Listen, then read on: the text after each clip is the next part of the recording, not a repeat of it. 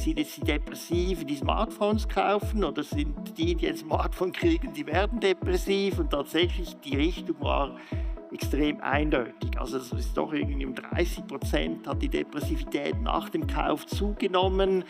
Auch Übergewicht hat zugenommen, Schlafstörungen. Ja, also Mädchen sind noch deutlich stärker betroffen. Alle Faktoren in der Pro-Juventude-Studie, die Stressoren sind bei den Mädchen deutlich stärker ausgeprägt. Die gute Nachricht ist, sie haben auch ein bisschen mehr Bewältigungsstrategien als die Jungs. Dass diese Generation sich verändert hat. Sie haben aus meiner Sicht ganz viel widersprüchliche Bedürfnisse. Sie wollen erfolgreich sein im Beruf, aber sehr viel Freizeit. Sie wollen einen Beruf finden, der ihnen gut gefällt, aber nicht anstrengend ist. Sie wollen Beziehungen leben, aber gleichzeitig ist Individualität sehr, sehr wichtig. Und ich frage mich, warum machen sie sich das Leben so schwer?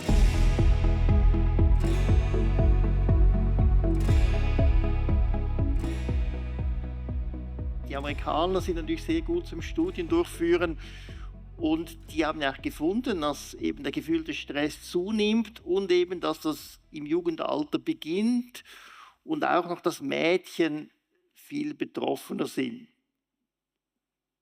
Ist das so? War das in der Schweiz Ja, auch so? Sind die mehr betroffen? also ich glaube, es ist einmal schon ähnlich wie in den Nachbarländern oder wie in den USA. Ähm, 'n bisschen macht uns doch zu schaffen, dass, dieser Erfolgsdruck oder diese Sorge vor der Zukunft, schaffe ich das gut mit der Arbeit? Finde ich einen guten Beruf? Das scheint mir doch ein bisschen stärker zu sein. Und da müssen wir auch ein bisschen fragen, also, sie wollen es vielleicht noch besser machen und du hast mich auf die Mädchen angesprochen, da könnte ich jetzt natürlich viel sagen. Ich fange mal nur an. Ja, also, Mädchen sind noch deutlich stärker betroffen. Alle Faktoren in der Pro-Juventude-Studie, die Stressoren sind bei den Mädchen deutlich stärker ausgeprägt. Die gute Nachricht ist, sie haben auch ein bisschen mehr Bewältigungsstrategien als die Jungs. Also und sie sprechen eben mehr drüber. Also, es ist so ein bisschen, das heißt also nicht, dass es den Jungs viel besser geht, aber doch, wir können wahrscheinlich sagen, die Mädchen sind mehr gestresst, aber sie sind auch schon dran, ähm, auch zu schauen, was ihnen hilft. Ja. Es gibt auch so Bücher irgendwie, habe ich gesehen, die verkaufen sich gut. Da heißt es Generation Angst, Generation Z, Alpha und was man alles wissen muss. Und das ist ja wie so ein bisschen Wissenschaft, als Wissenschaftler finde ich es komisch, so ein Generationenargument, weil wie messe ich dann die Generation? Aber da wird also mit Generationen argumentiert. Mhm. Könnte das was an sich haben? Sind das so Generationseffekte oder sind das Also, einfach ganz ja. andere? Also, was jetzt gut ist mit der Pro Juventute, wir haben vorher 2 Pandemiestudien durchgeführt, jetzt ist es die zweite Pro Juventute. Wir haben also schon ein bisschen einen Längsschnitt und in Deutschland gibt es die Trendstudie, die schauen jedes Jahr, was belastet am meisten. Mhm. Wir sehen also schon so ein bisschen Unterschiede. Also, es ist nicht nur so, dass alles nur zunimmt. Also, tatsächlich, und das können wir, glaube ich, gut nachvollziehen, im letzten Jahr haben noch 25% der Jugendlichen und vor allem wieder der Mädchen gesagt, sie haben Angst vor Kriegen. Jetzt sind schon 50%. Also es ist schon ein Spiegel der Gesellschaft. Ich glaube, das ist wirklich gut nachvollziehbar. Aber du sprichst die Generation an. Doch, ich denke schon, also erst hieß es immer, oh, das ist die Pandemie und wir nehmen es jetzt nur mehr wahr. Und es hat ja eigentlich schon vorher angefangen, seit ungefähr 10 Jahren. Und was wir schon sehen, seit 10 Jahren, diese Generation Z, die ist parallel, die sind sozusagen alle mit digitalen Medien aufgewachsen. Also die haben alle schon mal, hätten ein Smartphone zur Verfügung haben können. Und was sich geändert hat, ist, glaube ich, schon, dass das Smartphone und die ständige Verfügbarkeit es stark erleichtert, dass man sich ständig vergleichen kann. Und das machen die Mädchen noch ein bisschen mehr, im Netz, oder? Das eine ist mal das Aussehen, dass es ständig optimiert wird, aber es geht auch darum, Likes zu bekommen, Freundschaften, noch weiter zu vertiefen, auch über die Medien. Also, man kann nicht alles den Medien zuschieben, aber die Welt ist schneller geworden, verfügbarer, man ist ständig auf dem Präsentierteller und die Eltern von dieser Generation muss auch noch lernen, damit umzugehen oder musste es lernen. Und das ist, glaube ich, für die Elterngeneration ein ganz hoher Anspruch und für die Generation Z und die Nachkommenden auch. Finde ich sehr spannend, was da rausgekommen ist. Wir hatten Feedback auf frühere Honeck-Gespräche. Man möchte mehr Wissenschaft interessanterweise. Jetzt habe ich eine Studie mitgebracht. Da war ich da im ACP-Kongress in den USA, wo das so als Sensation gefeiert wurde, weil sonst gibt es immer die Korrelation, auch bei Erwachsenen, je mehr man am Bildschirm sitzt, je depressiver ist man, das sind also kleine Effekte, da weiß man nie, sind jetzt die Depressiven mehr am Bildschirm oder macht der Bildschirm depressiv. Und in dieser Studie, der wurde eben langfristig nachgeschaut. Also irgendwo vor 12 hatten die nicht so viele Smartphones, sondern irgendwie mit 12 hatten halb und mit 13 irgendwie hatten alle. Und da konnte man schauen, genau, sind jetzt die Depressiven, die Smartphones kaufen oder sind die ein Smartphone kriegen, die werden depressiv. Und tatsächlich die Richtung war extrem eindeutig. Also es ist doch irgendwie um 30% hat die Depressivität nach dem Kauf zugenommen. Auch Übergewicht hat zugenommen, Schlafstörungen, das sind vor allem die 3. Und das ist ja schon erschreckend. Also klar, als Wissenschaftler ist das auch spannend, weil sonst bei der Psychiatrie gibt es ja so viele Faktoren, wir wissen nicht genau, was es ist, aber hier gibt es wie so einen kausalen fast Faktor, wo man sagen kann, Smartphone führt zu mehr Depressivität. Mich beschäftigt eine andere Frage. Wir haben in der Klinik nicht sehr viel mit jungen Menschen zu tun, aber auch immer wieder. Aber wo ich am meisten zu tun habe, ist eben mit Studierenden, Medizinstudierenden. Und dort fällt mir auf, dass diese Generation sich verändert hat. Sie haben aus meiner Sicht ganz viel widersprüchliche Bedürfnisse. Sie wollen erfolgreich sein im Beruf, aber sehr viel Freizeit. Sie wollen einen Beruf finden, der ihnen gut gefällt, aber nicht anstrengend ist. Sie wollen Beziehungen leben, aber gleichzeitig ist Individualität sehr, sehr wichtig. Und ich frage mich, warum machen Sie sich das Leben so schwer mit diesen vielen Ansprüchen? Hast du eine Ahnung, woher das kommt? Oder ihr beide? Du kannst mich ja dann ergänzen, weil das ist ja schon deine Altersgruppe. Oder willst du zuerst? Ich würde dich dann ergänzen, ne? Du hast jetzt gerade Ideen, ich muss doch entwickeln. ChatGPT kann ich nicht nachschauen. Nein, das beginnt. Also einmal, ich muss da wieder leider ein bisschen ausholen. Also was mir aufgefallen ist, als ich war ja auch noch zeitweise im 2017 Studiendekanin, das ist jetzt fast 10 Jahre da ist mir aufgefallen, dass ja 80% der Personen, die den Medizinertest bestanden haben, waren ja Frauen. Also wir haben auch eine Verschiebung. Vielleicht sollte man den Test jetzt auch mal anpassen, weil wir wollen ja da eigentlich schon eine Gender Balance, oder? Also nicht, wir haben ein Frauenfach in unserem Fach, das freut mich und das sind wunderbare Mitarbeitende, aber da sehe ich schon, wie kann man überhaupt noch Medizin studieren? Man muss nämlich einen Konzentrationsleistungstest machen, man muss unheimlich fleißig sein, um den Test zu bestehen. Und dann, aber darauf wolltest du nicht raus. Also was ich da denke, was die alles vereinen wollen, da muss ich einfach sagen, was waren wir eigentlich für Modelle für diese Generation?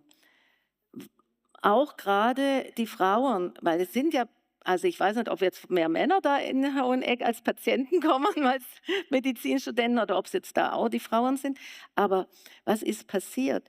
Wenn eine Frau in der letzten Generation Ärztin war, dann hat die den ganzen Job gemacht mit den ganzen Nachtdiensten. Und wir wissen heute immer noch, dass die Frauen die meiste Hausarbeit leisten.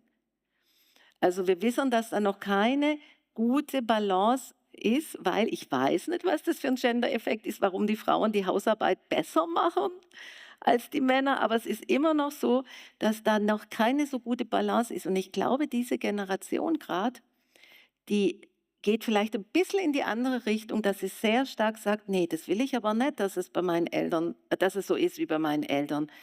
Ich will jetzt wirklich eine Balance zwischen Freizeit und dem Job. Ich habe ja den Medizinertest bestanden. Ich mache dieses Studium, ich werde den Beruf machen, aber ich will auch diese Balance. Ich, ich glaube, das schwenkt jetzt vielleicht ein bisschen stark, weil wir hören es ja schon. Das ist nimmer jetzt so, wir haben jetzt auch die Arbeitszeit reduziert, gell? Dass es ganz normal war, 50 Stunden zu arbeiten, das ist ja nicht selbstverständlich, gell? In den ganzen Nachbarländern, ich meine, da redet man über die 42-Stunden-Woche und drunter und die Ärztinnen und Ärzte haben alle 50 Stunden. Das war selbstverständlich. Also, dass da jetzt, ich glaube, es ist ein bisschen ein extremer Gegenschwenk, aber ich glaube, manchmal braucht es das, um wieder in eine Balance zu kommen. Also ich denke, unsere Jugendlichen wollen uns ein bisschen einen Fingerzeig hier und das muss jetzt ein bisschen anders werden und dann kommen wir wieder raus. Es muss ja auch verhebern, oder am Ende. Hm. Genau, also denke ich auch, das ist natürlich eine heikle Frage eben, weil diese Wünsche manchmal auch auf eine Veränderung hindeuten, während für Frauen, genau, die natürlich nicht mehr den gleichen Deal, die einen besseren Deal wollen, was ich auch gut verstehen kann. Aber sonst würde ich auf diese Frage auch beantworten, wir haben jetzt sehr viel von Stress gesprochen, oder? Und im limbischen System ist das Stresssystem natürlich wichtig, aber das andere ist das Hirnbelohnungssystem. Also wie gehen wir mit Belohnungen um? Und da gibt es auch ein Belohnungslernen. Also ich musste irgendwie lernen, mit Belohnungen umzugehen. Und die Person, die du beschreibst, nicht, die sind in einem frühen Stadium der Belohnung. Das gibt's, das will das alles haben, oder? Und ich denke, das Internet und so fördert das auch, die Werbung nicht. Da habe ich ja nur immer positiv, die können nach Kuba, nein, das nicht, okay, Kuba nicht, aber Malediven und die gehen, Dubai geht auch nicht mehr, aber Stockholm und so. Und die haben Gucci und die haben Versace und so und ich will jetzt auch das alles haben.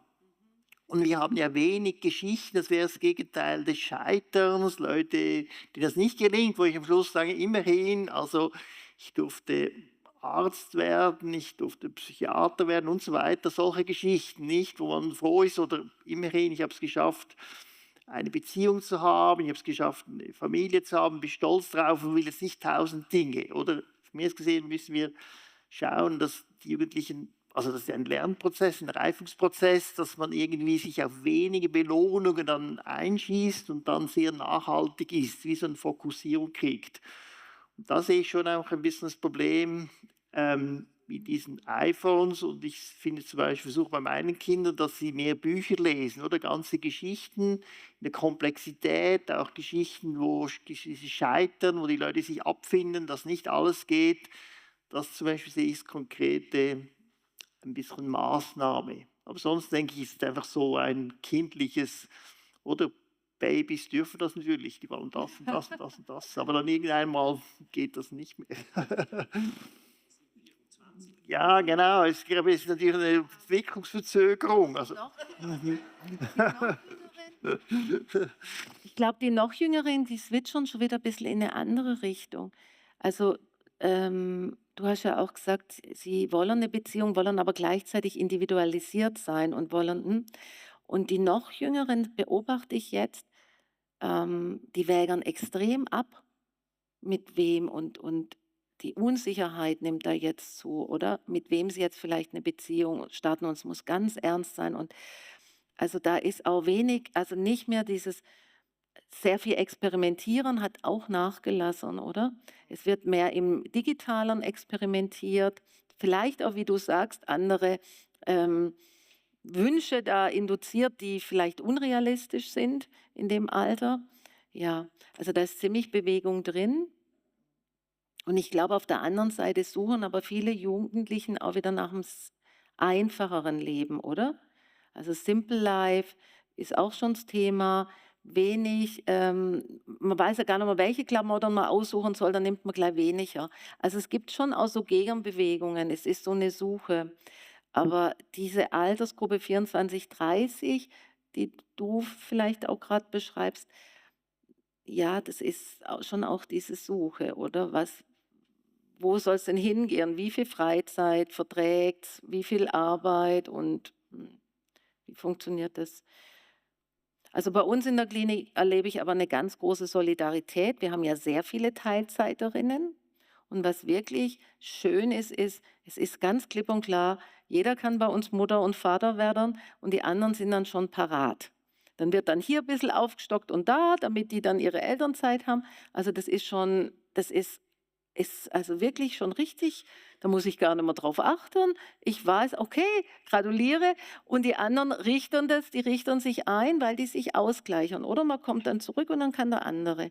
Also das finde ich eine tolle Sache, die gab es zu meiner Zeit nicht. Da hieß es, oh, und jetzt? In der Pro Juventude-Studie haben wir ja eben auch wieder gefragt, wie in der Pandemie, was hilft euch? Ganz so wirklich so im einfachen Leben, in der Lebensbewältigung im Alltag und was man schon die Mädchen und die Jungs voneinander lernen können, oder? Also die Jungs, die machen sehr viel mit dem Humor, das finde ich toll, und mit Sport. Und dann kann man ja sagen, ist ja klar, das haben wir schon gewusst. Aber was wir vielleicht nicht gewusst haben, ist, das hat mich schon wieder ein bisschen besorgt, die Mädchen, 50% von den Mädchen, die mitgemacht haben, sagen, sie machen gar keinen Sport. Also da ein bisschen von den Jungs lernen, mehr Bewegung und auch in der Schule. Ich finde ja auch weniger sitzen, vielleicht rausgehen mit dem Unterricht auch mal, oder? Mhm. Und die Jungs können von den Mädchen lernen, die haben mehr Kreativität angegeben, sich mit eben analog mit Freundinnen und Freunden treffen und haben sehr viel eben mit der Familie dann auch da. Also ich glaube, man kann voneinander lernen, weil die Bewältigungsstrategien, die beide Geschlechter jetzt mehr nutzen, würden beiden gut tun. Und ich glaube, wenn wir jetzt, du bist ja auch Wissenschaftler, wenn wir sagen, ey, wir tun unsere Wissenschaft, wir machen Grundlagenwissenschaft, aber wir tun die auch direkt der Gesellschaft mit unseren Fragen zur Verfügung stellen. Das finde ich schon Was gut. wir sie jetzt Dann der gerade tun. Politik sagen, hier bitte, und die machen dann das Richtige damit. Ja. Sehr gut, einfach noch eine Bemerkung. Ich finde es auch interessant, dass du dich eben auch für Architektur interessierst. Nicht der Hoheneck, bin ich im Stiftungsrat auch mit Architektur befasst. Und ich muss sagen, das ist schon auch ein Faktor, wenn du Räume hast, wo man sich begegnen kann, wo man eben gar keine Lust mehr auf Handys hat. Und für Unbedingt. Leute, die eben wenig Kontakte hast, schaffst du Begegnungsräume, finde ich auch sehr spannend, muss ich Unbedingt. sagen. Und das ist, finde ich, ja schon auch eine Rolle der psychiatrischen Kliniken. Ja, also wir haben ja jetzt den Live-Garden eröffnet. Da gibt es den Verein Live-Garden. Der erste Pioniergarten ist da oben an der Lenk, in der Nähe von der Puck, in der Nähe vom Kiespi und dem Balkris. Das sind 5 Stationen, wo man nicht den Körper trainiert, sondern die mentale Gesundheit. Ja. Das gehört auch dazu, dass man sich da in ein Blumenbeet fast reinlegen kann und das anschaut. Und du sagst, die Räume, Healing Architecture, das spielt aus meiner Sicht eine große Rolle in den Institutionen, aber auch in unserer Stadt. Genau. Mhm. Es gibt jetzt auch ein Projekt, die resiliente Stadt in Zürich. Und in diesem Rahmen, ich weiß nicht, wer von Ihnen alle im letzten Sommer am Paradeplatz war, da hat man ganz viele Bäume aufgestellt. Und wir haben dann auch mal ein paar Fragen gestellt, wie das den Leuten gefallen hat. Und dann habe ich gesagt, ich mache auch ein paar Interviews mit, mal so gucken, wie das. Die haben mir so viel erzählt, wie toll sie das finden. Ja. Weil, wenn da die Bäume stehen und die Bänkchen, dann tun sie mehr miteinander reden. Mhm. Genau. Also die Räume spielen eine große Rolle. Ich höre im Arbeitsalltag immer wieder die Kommentare von auch älteren Mitarbeitenden, die heutige Jugend ist eben nicht so belastbar und man vergleicht sich dann mit der eigenen oder noch älteren Generation. Was ist Ihre Beobachtung und Ihre Antwort darauf? Ja, also ich nehme die Jugend sehr ernst. Mich beeindruckt die Jugend auch. Ich habe vorher diesen U24 angesprochen. Sie wissen sehr genau, was sich verändert hat in diesen Generationen, machen die Empfehlungen. Ich denke, sie sind eben sehr reflektiert. Und wir haben ja, ich glaube, vor 20, 30 Jahren haben wir solche Studien auch gar nicht gemacht. Wenn wir da gefragt hätten, was sind eure Sorgen, da wäre wahrscheinlich auch ziemlich viel rausgekommen und benannt worden. Also wir schauen genauer hin. Sie äußern sich auch mehr, es ist mehr destigmatisiert. Was schon ist, und das ist ein Fact, Es gibt diese massive Digitalisierung seit dieser Generation Z, also seit circa 10 bis 15 Jahren. Und wir haben auch, ein Fakt, eine Dauerkrise. Es gab vorher auch Beispielkriege, oder? Es gab vorher auch Kriege, sagen viele zu mir, das gab es früher auch. Aber nach der Ukraine-Invasion waren die Kinder aus der Ukraine in der Klasse von unseren Schulkindern. Das war ganz nah. Und man sieht das Ganze immer jeden Tag auf dem Handy. Das war vor 15, 20 Jahren nicht so. Man hat vielleicht mal die Nachrichten angeschaut. Sie sind ganz anders konfrontiert. Und ich bin beeindruckt auch, wie offen und konstruktiv die Jugend damit umgeht. Aber ja, es macht ja auch gar keinen Sinn zu sagen, die sind irgendwie, also wir müssen schauen, worum geht es den Jugendlichen und wie können wir sie unterstützen. Und sie geben uns eben auch viel an die Hand. Also diese U24, ich sage mal 2 Maßnahmen, die Sie selber genannt haben, die man machen müsste. Das eine war Regularien, politische Regularien mit dem Medienkonsum.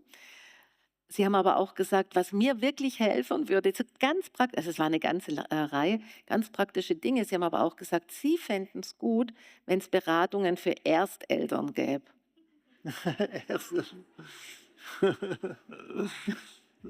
Ich finde es toll. Und Sie haben gesagt, und ich finde, da haben Sie recht, so ein bisschen Unterstützung für die Steuererklärung wäre auch nicht schlecht.